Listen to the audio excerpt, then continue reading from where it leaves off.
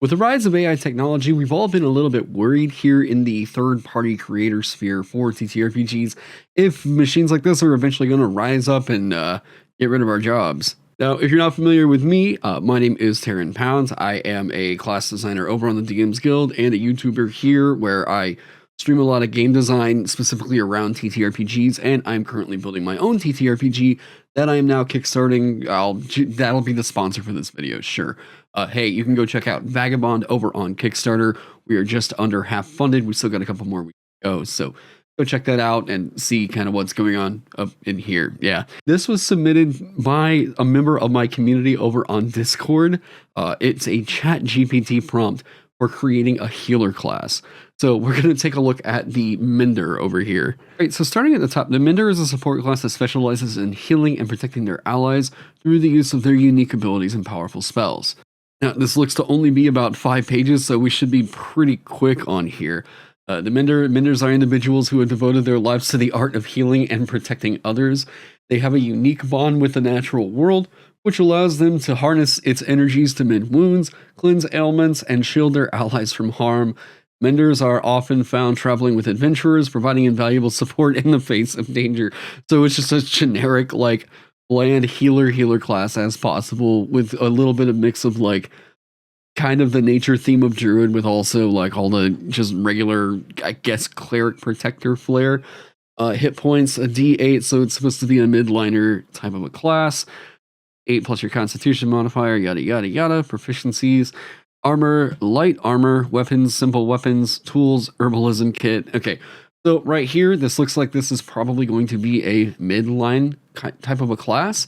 With the light armor, it not giving you any source of medium armor, maybe except for some of the subclasses. Could be a little dangerous, but we'll see if they get a disengagement tool kind of early on. Saving throws, we've got wisdom and charisma. I guess ChatGPT knows what a strong and a weak save is, so good.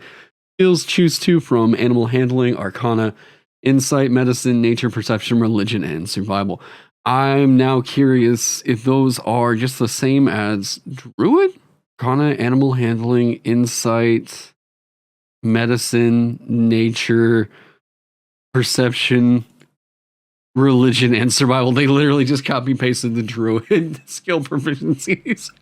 So this is like just literally a mashup of Druid and Cleric. Super funny. Okay, equipment. You can get a simple weapon or a shield, component pouch, or an arcane focus, Dungeoneer's pack or Explorer's pack, leather armor, and an herbalism kit. This is just bland, vanilla. You are a healer type class here. Mender spellcasting. Menders are divine spellcasters using their wisdom modifier for their spellcasting ability, just like Druid and Cleric. They prepare and cast spells from the Cleric spell list. Okay. It's literally just a Cleric reskin, but this is super funny. The first level features are Mending Touch and Empathetic Bond. So let's take a look at Mending Touch. At first level, you gain the ability to heal the wounds of creatures you touch. As an action, you can touch a creature and spend a number of hit points from your own hit point pool to heal the creature. So it looks like we're going to have a sort of a sacrificial type healer. The amount of hit points you can spend this way is equal to your Mender level times your wisdom modifier, minimum of 1. Except there's nothing in here that says that we actually get anything out of the sacrifice.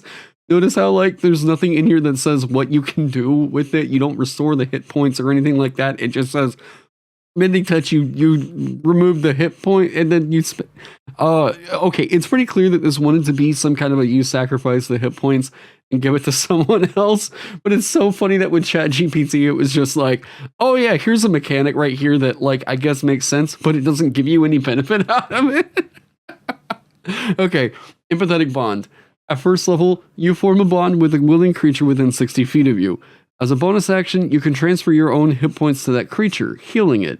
The amount of hit points you can transfer is equal to your Mender level times your wisdom modifier, minimum of 1. You can only have one bonded creature at a time, and the bond lasts until you form a new one or until the bonded creature dies. So, as a bonus action down here, you have your main action for your Mending Touch, which is you can spend a number of hit points, and I thought it was going to allow you to maybe it goes over here into empathetic bond, but there's nothing really coding one into the other. it just seems to hint that, oh yeah, this may have been the kind of thing that we wanted to do in here. What? Okay, the amount of hit points you can transfer is equal to your Minder level times your wisdom modifier. You can transfer, okay. You should probably say something like, you can transfer up to a number of hit points this way equal to just, I'm trying to think if like maybe the natural wording there's a little bit odd. You can have one bonded creature at a time. The bond lasts until you form a new one or until the bonded creature dies. Good. That all feels solid. You also don't have to, I mean, this is a thing that you can just always kind of do, popping it onto a different one. That's very reliable. I actually try to design more that way where we try to remove elements of tracking as much as we can, especially on something that would be this involved, I would say, with the math of you're not just calculating damage dealt to you, but also like the damage you're having to remove from yourself. But yeah, you could transfer your own hit points to that creature, healing it. So 60, okay, you can transfer. Okay, so it doesn't say anything about reducing your current hit points. It just says that you transfer the hit points to heal it. So there's an implied sense that you are supposed to take damage in order to do that, but it doesn't really spell it out for you. So it would probably need to say something like that at least. The amount of points that you can transfer is equal. Yeah. I get what it's trying to do. It's just there's probably another way to actually say that that makes it pretty clear. And the fact that this is bonus action and it's better than a first level spell with healing word. The fact that you can do this, your Minder level times your wisdom modifier, it might not be as bad. No, yeah, this is a lot more reliable. This is basically just healing word, but better, because you only have to be able to see it, right? A willing creature within 60 feet of you. Bonus action, you can transfer your own hit points to that creature, healing it. The amount of hit points is okay, and you don't have to be able to see it. So it's just, if it's down, you can do this. There's no other restrictions other than it must be willing, and it's a creature within 60 feet of you. So yeah, it's better than healing word. This is big. Even though it's a sacrifice of your own hit points to do it to them, I would worry about some situations in which you are just the optimal thing to keep healing, and then you can just dish this out to everybody in your party, and you're just a font of hit points to do this. This seems like this could be a fun idea of this empathetic bond right here. The mending touch up on top, it's funny. It's a total meme. This would need, I actually think that there's an interesting idea that you can do in here. But yeah, it would need a little bit more clarification as to like, what are the viable targets for this? You should be able to, this needs to have a bit more restriction to it than just, it must be within 60 feet of you and must be willing. Healing Channel, we have the second level feature here. You can invoke divine energy to heal wounds. As an action, you present your holy symbol and invoke healing energy that can restore a number of hit points equal to 5 times your Mender level. You choose any creatures within 30 feet of you and divide those hit points among them. This feature can restore a creature to no more than half its hit point maximum. Wait. As an action, you present your holy symbol and invoke, okay, to restore a number of hit points equal to 5 times your Mender level. So 10 right here. The 10 hit points that you can distribute to any creatures within 30 feet of you. You divide that amongst them. This creature can heal a creature no more than half its hit point maximum. So like at least there's that restriction right there, but this is infinite healing. Like this is just, it's infinite healing. This is busted way this early. So this is literally the channel divinity from Life Domain Cleric, made into a class feature that has an infinite like refresh, only it has a restriction of no more than half its hit point maximum. This couldn't work. This should not be a thing. Yeah, ChatGPT, that's a little too good, all right?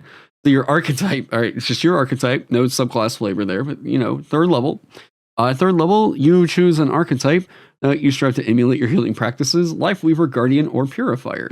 Your choice grants you features at 3rd level, and again at 6th, 10th, and 14th, and 18th levels. Okay. So the Life Weaver, the Guardian, or Purifier. So we just have basically what sounds like Protector, Healer, Protector, and then Protector thing, I guess. 4th level, we're going to get the ASI. 5th level, we get Rapid Regeneration. Wait, what is their spellcasting? So Mender's spellcasting, they're a wisdom modifier. Okay. Well, I thought that they were going to have spells kick on. They didn't. They don't have a spellcasting feature, but it says that they're divine spellcasters up on top. And is it in the subclass? Did they do like the Benjamin Huffman thing? Nope, they sure didn't. Is it that their wisdom modifier is spellcasting? They prepare and cast spells from the cleric spell list, but nothing about they use the cleric spellcasting feature in order to do this. So we're missing the entire spellcasting feature that would be required to make that engine run. ChatGPT, bad. All right. Okay, rapid regeneration. At 5th level, your healing spells become more potent. When you cast a spell that restores hit points, you can add your wisdom modifier to the hit points restored.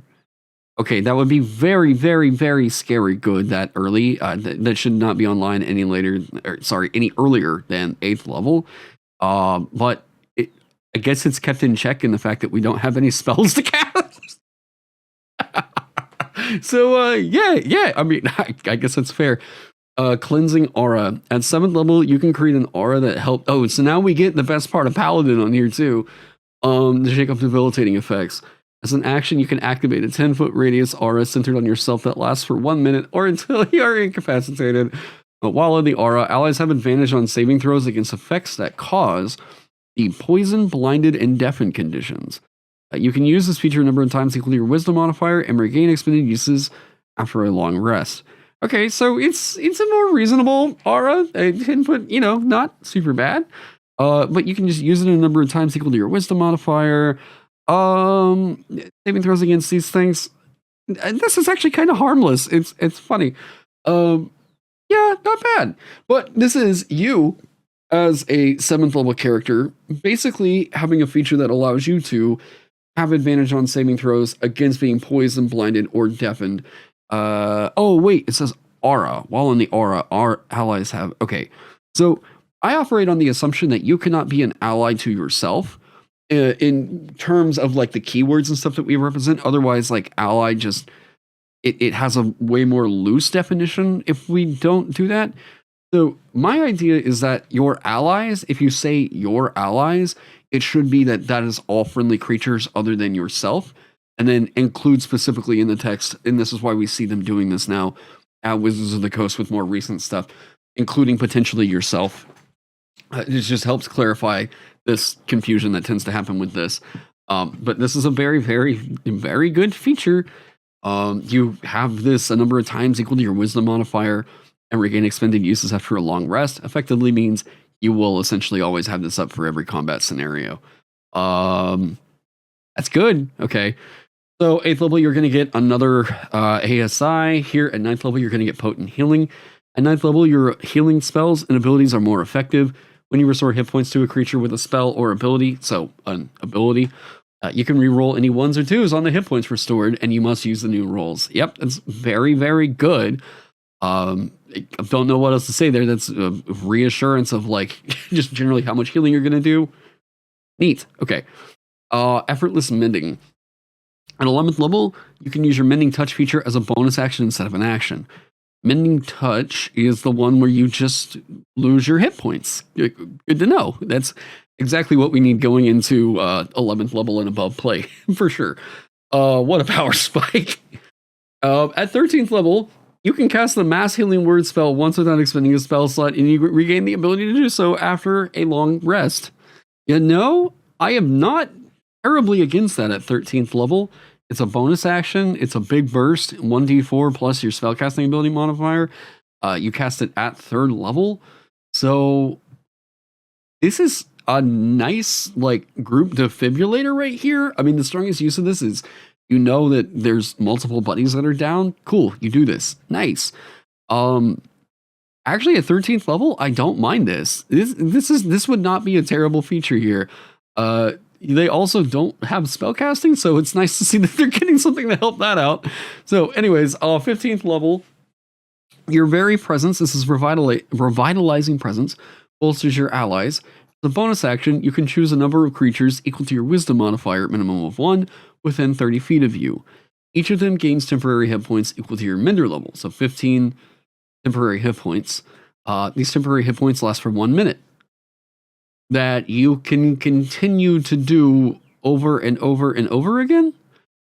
You know what? I would say that this is good, except that Twilight Domain gets something better at second level. So, like, revitalizing presence would still be very, very good. Except that Twilight Domain somehow still manages to like outperform this at second level. Oh, that's so funny. Oh my god. All right, so revitalizing presence, it would still need, in my opinion, it would still need a nerf, which shows you just how busted Twilight Domain really is. 17th level, your healing channel feature, and now restore a creature up to its hit point maximum. I forgot what that was already. That is the up to half its hit points. As an action, you can present your holy symbol. Oh, so now this is infinite healing, right? Yeah, now this is infinite healing. Okay, so we've now successfully objectively broken the game by 17th level. Yeah. You're 5 times your mender level, so 17, so we're talking about up to what, 50? This is up above 80 hit points at this point. Yeah, we're at 85 hit points that you can just do, keep continuously dishing out at 17th level. Seems completely reasonable. There is really no point in taking a short rest anymore. There's really no point in casting any spells, because like any spells for healing, because this would just be straight up. This is an infinite hit point font right now. I mean, hey, there you go.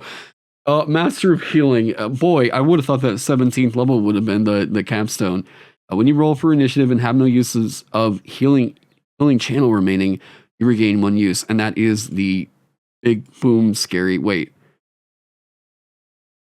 there's no uses that are detailed in this thing. Yeah, wait, the capstone still doesn't do anything because there's no uses required in the ChatGPT. What? Okay, all right. So, Life Weaver, let's take a look at some of these subclasses. Focus on maximizing the effectiveness of their healing abilities. Life Weaver, boy, the base class does that pretty well. Life Weavers are experts at restoring vitality and providing support to their allies, so the exact same flavor text. Guardians are skilled at shielding others from harm, using their magic to protect and bolster their allies in the face of danger, their magic of which they don't have any spellcasting for. Purifiers have dedicated themselves to combating diseases, curses, wow, blah, blah, blah, and harmful magic. They excel at cleansing and restoring their allies, as well as purging their enemies of their corrupting influence. Okay, Lifeweaver. Empowered healing at 3rd level. When you cast a healing spell at 1st level or higher, you can add your wisdom modifier, minimum of 1, to the hit points restored in addition to the normal amount. Wouldn't this cause a redundancy with, where was it? Rapid regeneration? Yeah. When you cast a spell that restores hit points, you can add your wisdom modifier to the hit points restored. Now, this has been kind of contentious, but I would probably say that, from what I remember, I think Jeremy Crawford said that you cannot add the same modifier more than once, even if the features have a different name, unless it specifically states that you can add it more than once, right? You add double the modifier. So I don't think that this would actually do anything because it would immediately become redundant at 5th level within the base class itself. But that's the only 3rd level feature that they're getting. So here at the next level, they'll get something that at least gives them a new feature, I'm assuming. As a bonus action, their bonus action feels very cluttered. As a bonus action, you can create a reservoir of healing energy. The reservoir can hold a number of hit points equal to your mender level times your wisdom modifier. Whoa, okay. As a bonus action on subsequent turns, you can touch a creature within 5 feet of you and transfer a number of hit points to it. There's just a whole lot of, this is lay on fucking hands, the class. This reservoir lasts for 1 hour or until you use this feature again. Okay, so you can use the bonus action to create it. So there's no point in even having the, okay, all right, that's great. All right, shared vitality, 10th level. When you cast a spell that restores hit points to a creature, you can choose 1 additional creature within range. The additional creature regains hit points equal to half the amount of the... Okay, so now we've got a lot of calculations suddenly happening in here. Oh, yeah, you're going to get 20 hit points, you're going to get 10, that's fine, whatever, but like, oh, well, you're going to get 28 hit points, I guess you're going to get 14. All right, cool. 56 going over here. 28 over here. This starts to slow down combat. This will. The more it's it's funny. It's whenever you cast a spell, though. But if you are preparing spells as if you're a cleric and you're able to cast them as if you're a cleric as a full caster, this is insanely strong. Overflowing heal. When you heal a creature with a spell or ability and the hit points restored would exceed the creature's excess, the creature's hit point maximum, you can choose another creature within 30 feet to receive the excess hit points as healing. That is already very, very, very good. The kind of thing that I think that this subclass would have benefited from way early on. And I thought it was going to be an overflow. Like, what I mean by overflow heal, usually, conventionally, whenever we're talking overflow heal, we're talking about once you hit its hit point maximum, then it gains temporary hit points equal to the excess that it otherwise would have gotten. But now this is just allowing you to, I've already healed that guy up to max. I'm going to throw this one out to somebody else. That's also just fantastic. Miraculous recovery as an action, and this is at 18th level. You can touch a creature and spend a spell slot at 5th level or higher to restore all of its hit points and in one effect on it, such as the stunned, paralyzed, or petrified condition. Once you use this feature, you can't use it again until you finish a long rest. I think this might possibly be something original. I'm not entirely sure, but it's also made bad by the fact that you don't have a spellcasting feature to get any of these 5th level spell slots to cast this thing with. So, to the Shadow Realm, that one goes. Okay, so the Guardian. Protective Ward. As a reaction, when a creature within 30 feet of you takes damage, you can grant the creature resistance to that instance of damage. You can use this feature a number of times equal to your Wisdom modifier and regain expended uses after you finish a long rest. This is a reaction to essentially give yourself or another creature resistance to a damage instance a number of times equal to your Wisdom modifier. Actually, if this were like it felt like a Channel Divinity, this is actually not as terrible. It's quite good. This is quite good. I think that this may be, it is the kind of thing that I would want to tie into a resource use, like what they did on here. It's bland, but I don't actually mind it all that much. Yeah, this is an easy go for this right here. It just takes damage. So you could be able to reduce like falling damage if you wanted. You could reduce environmental damage in other ways. I don't mind this actually all that much. I would probably be okay with that 3rd level feature. Warding Bond, you can cast the Warding Bond spell without requiring material components. Once you cast a Warding Bond this way, you can't cast it again until you finish a long rest. You can get Warding Bond, and you can cast it without the material components, which means that you guys don't have to wear the rings during the duration of the spell, I guess. It only lasts for 1 hour, and I mean, it's a decent buff rate in here. Has resistance to all damage is very nice. And each time it takes damage, you also take damage. It's not a terrible effect beginning in here. I would have hoped for a little bit more expression of the narrative, I guess you could say, other than just like, you're getting a spell. You can cast it without material components. The material component isn't really, it's not consumed by the spell, so it's not really a huge issue here. It's kind of odd, and I would almost debate whether or not it would work, because it's you and the target, which you and the target must wear for the duration of the spell. It's one of those ones where I think that the narrative is actually almost, that's odd. I wonder if there's not some kind of synergy in that. I don't know. I think it's just ChatGPT trying to write something that sounds like a benefit, and it's probably not. Aura of Safeguarding. 10th level. As an action, you can create a 15-foot radius aura centered on yourself. Lasts for 1 minute, or until you are incapacitated. Allies within the aura gain a bonus to their AC equal to your Wisdom modifier. You can use this feature once per long rest. So for a combat encounter, all your buddies within 15 feet of you are going to get a bonus equal to their AC equal to your... which, it's odd that they wouldn't build off of the cleansing aura, because you've already got a radius that's built in right there.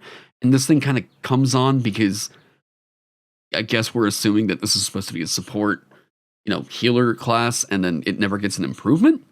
So it would have been cool to have seen that kind of already baked in somehow, maybe within the class itself, or just the subclass building off of it in a useful way, but it kind of doesn't. I also probably just wouldn't allow this because, oh boy, All your allies, including yourself, are getting I'm gonna assume that you're getting it because that's how it works for paladins. So maybe I don't know. Okay, impenetrable barrier. An action you can create a magical barrier that lasts for 1 minute or until you dismiss it as a bonus action. Barrier can be up to 30 feet long, 10 feet high, and 1 foot thick, and provides total cover to creatures behind it. You can use this feature once per long rest. Okay, so until you dismiss it. So, okay, 30 feet long, 10 foot high, 1 foot thick, provides total cover to creatures behind it. You create a massive wall. We don't know what it takes, like what hit points it has, how something can overcome this.